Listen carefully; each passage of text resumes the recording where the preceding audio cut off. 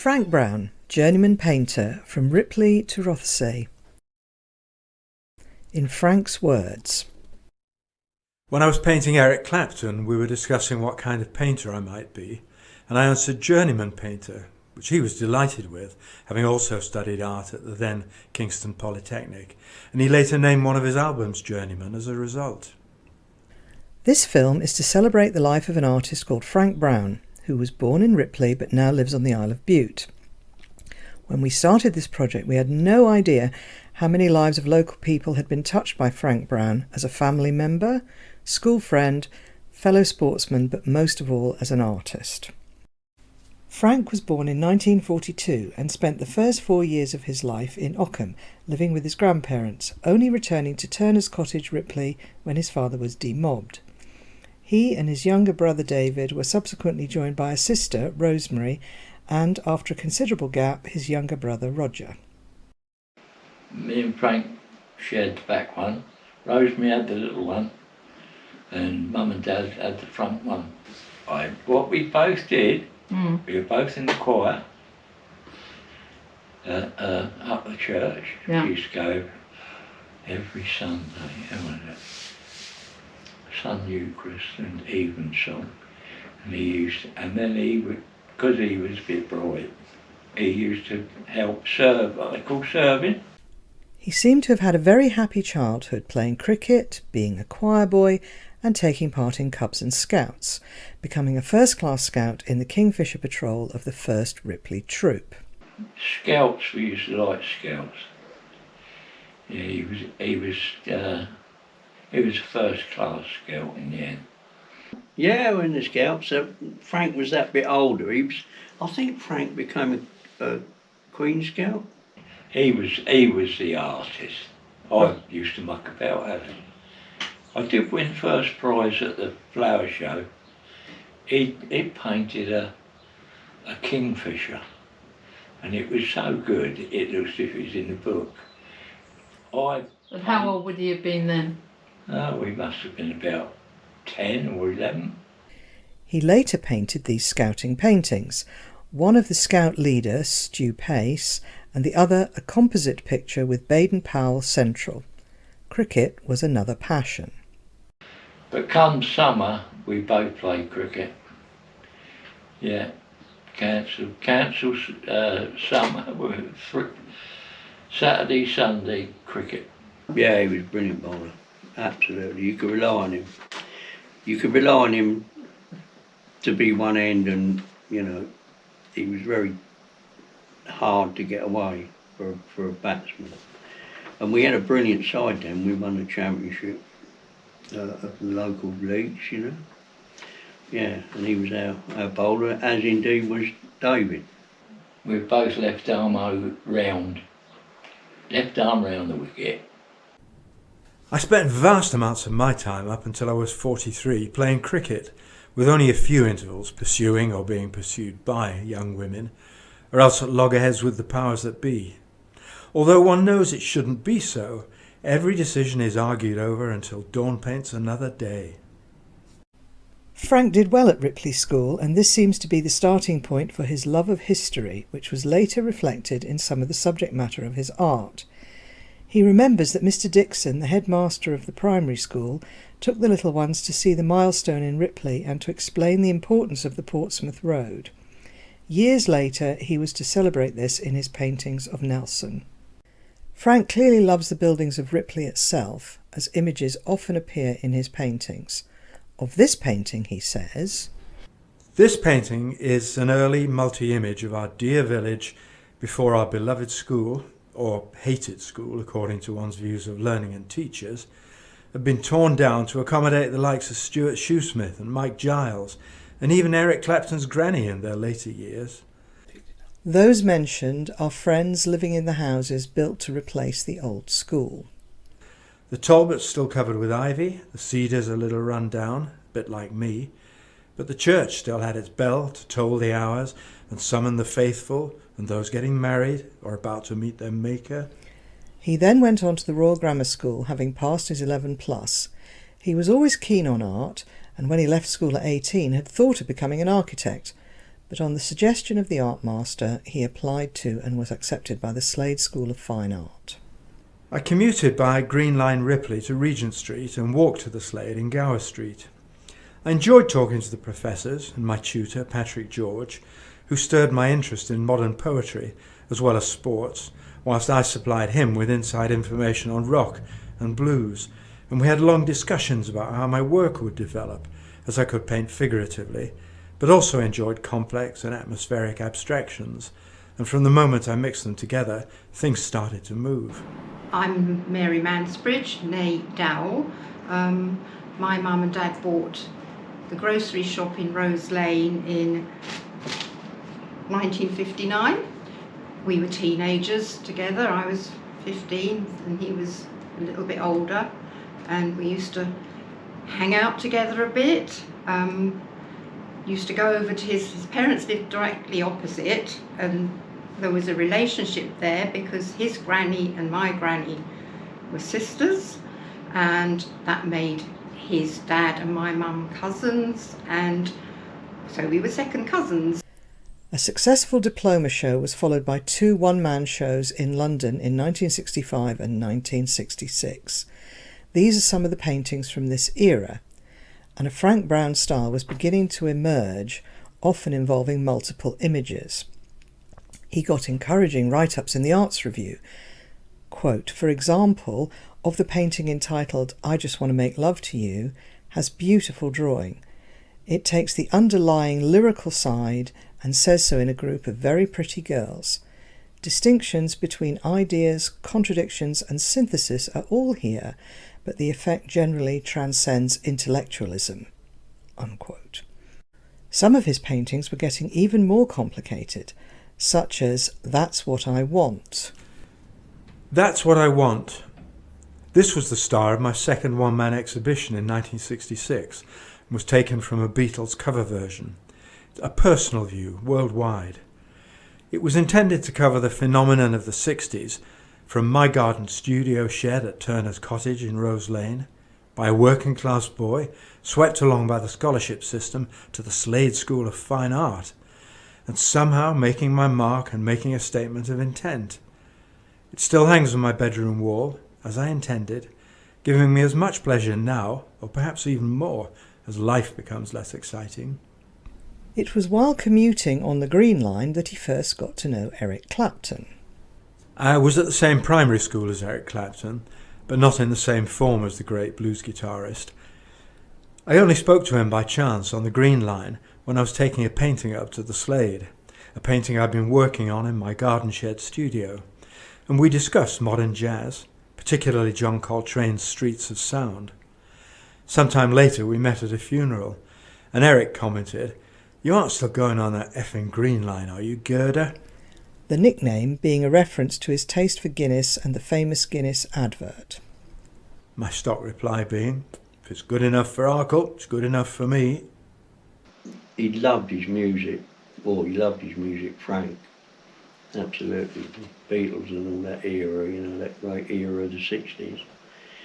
And he was a fanatic of all the older guys as well, the rock and roll men, Cochran and all that sort of crowd. On leaving the Slade School of Art, Frank had to earn some money to supplement art sales. He took a job at nearby Send Detention Centre, as he said, trying to bring a little culture into the short, sharp shock regime. He was then invited back to teach at the Royal Grammar School and continued to do this until 1987. This is me in my RGS days. I was teaching the third 15 at the time, and we had a games teacher exchange. We got Vance Wiley, who played for the New Zealand Maoris, now the Maori All Blacks. He was brilliant. The RGS first 15 went through the season unbeaten, and in the 7-a-sides tournament at Roehampton, reached an unheard-of final. Vance came to dinner with his wife and had a great time, and commissioned me to do a painting of their team chant, "Night Riders in the Sky," to hang in their bar. When the school toured New Zealand, they took it with them, and it was installed behind their bar with due ceremony. As well as teaching, Frank continued to paint. As he says, with paintings of horses, cars, children, cats and dogs, I managed to keep the creative juices flowing, and he sold many of these works. Among his most successful paintings were those of racehorses. Then came my real break as a horse painter. A long story which ended with the publishing of the limited edition of the Lester Piggott birthday painting, and I had a one-man exhibition at the 1977 Derby in the Queen's Silver Jubilee year. Lester Piggott won on the Minstrel, while I was at school administrating an O-level still life exam. My next big set piece was getting the official print for the 200th running of the Epsom Derby, a painting which lifted my reputation a bit further. As well as selling well in English horse racing circles, it was sold to racecourses all over the world, including Australia, Hong Kong and South Africa.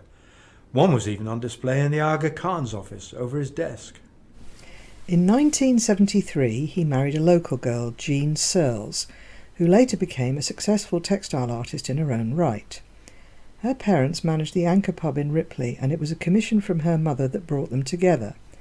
Frank not only painted a commission for her, but went on to paint many local families and scenes.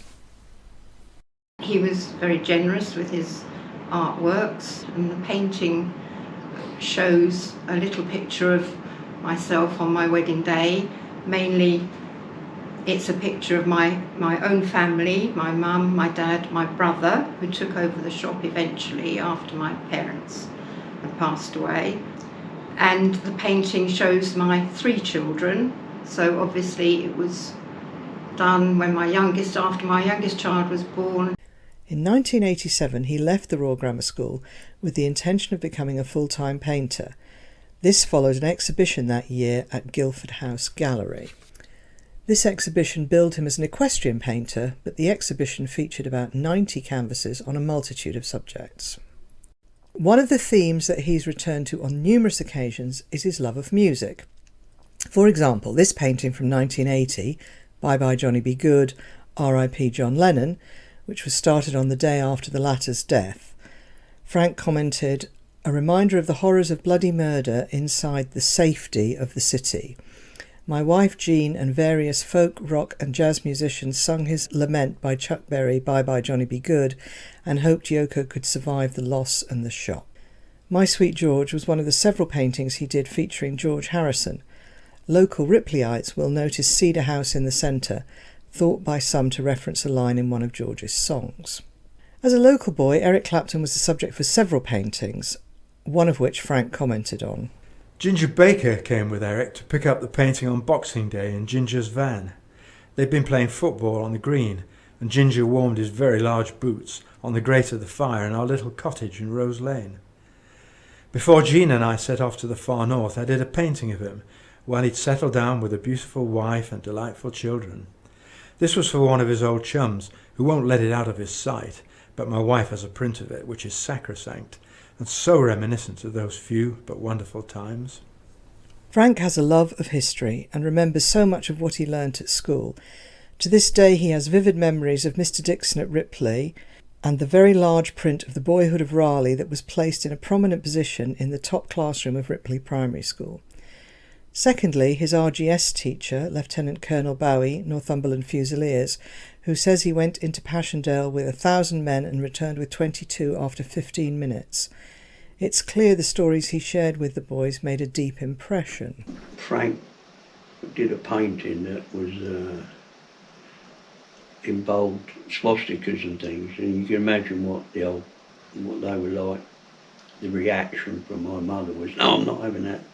His history painting is amongst the most complex of his works, and images are included following a good deal of research. For example, this depiction of Bannockburn, where, as in many of his paintings, the frame is also part of the image. A lengthy description has had to be edited, but gives a flavour of what his thinking is when creating the final image. Robert the Bruce was a nephew of Edward I, the Hammer of the Scots, one of the best tournament champions in Europe, and he won his reputation on battlefields at every level of command.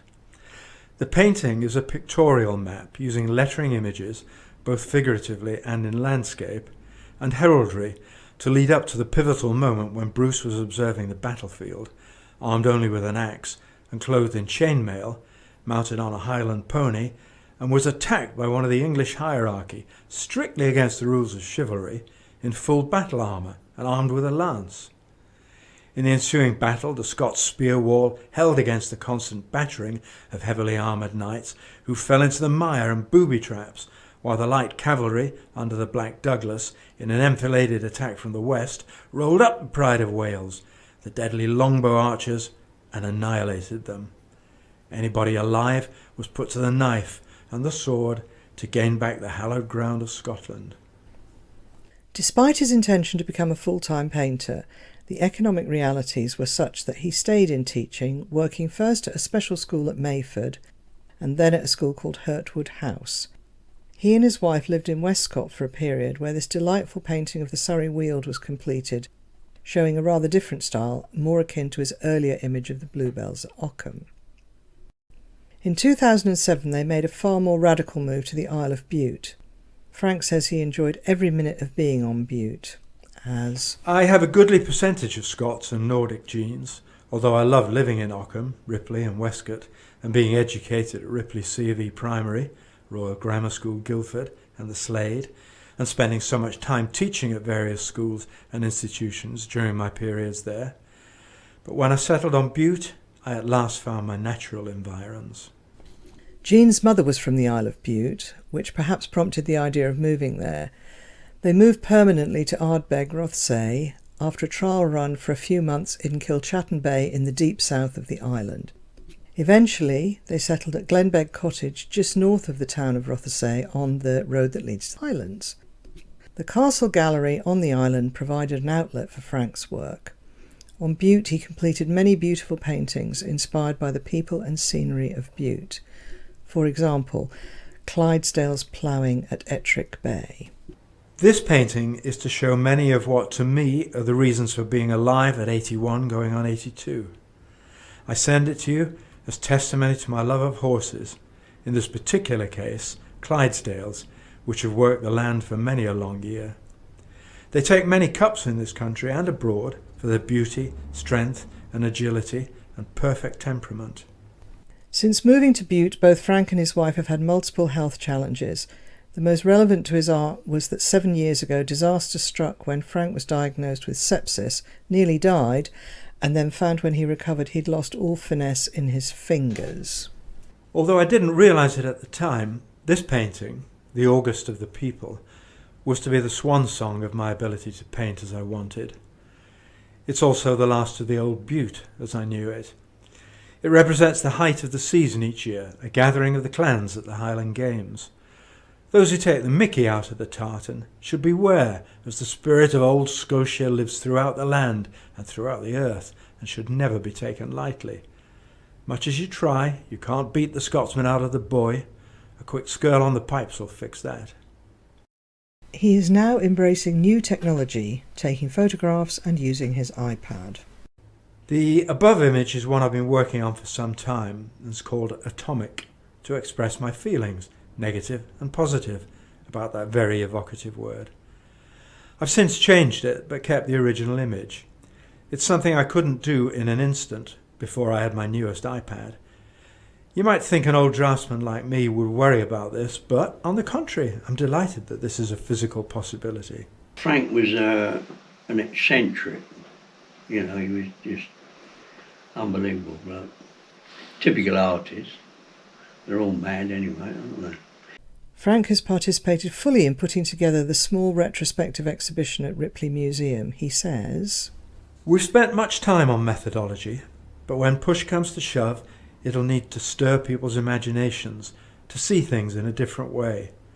I was very lucky. I've exhibited quite often, had one-man shows, lots of collector's prints, including the commemoration print for the 200th running of the Epsom Derby. So when I was approached to do this exhibition, I was pleased on two fronts. One, I would come into contact with some of my friends from my earlier days, and two, some people from a different era could get an inkling of what it's like to be me. Thanks for giving me the chance in my 82nd year. Later, he reflected. You can never be quite sure of what you'll come across or how a work of art can transform the ideas or opinions of those that see it or remember it. So it only seems right that it's the History Society, with roots in Ripley, who've decided to show the village what one born and bred in Ripley has made of the world. through eyes trained by living there and soaking up experiences before setting out on the journey of life.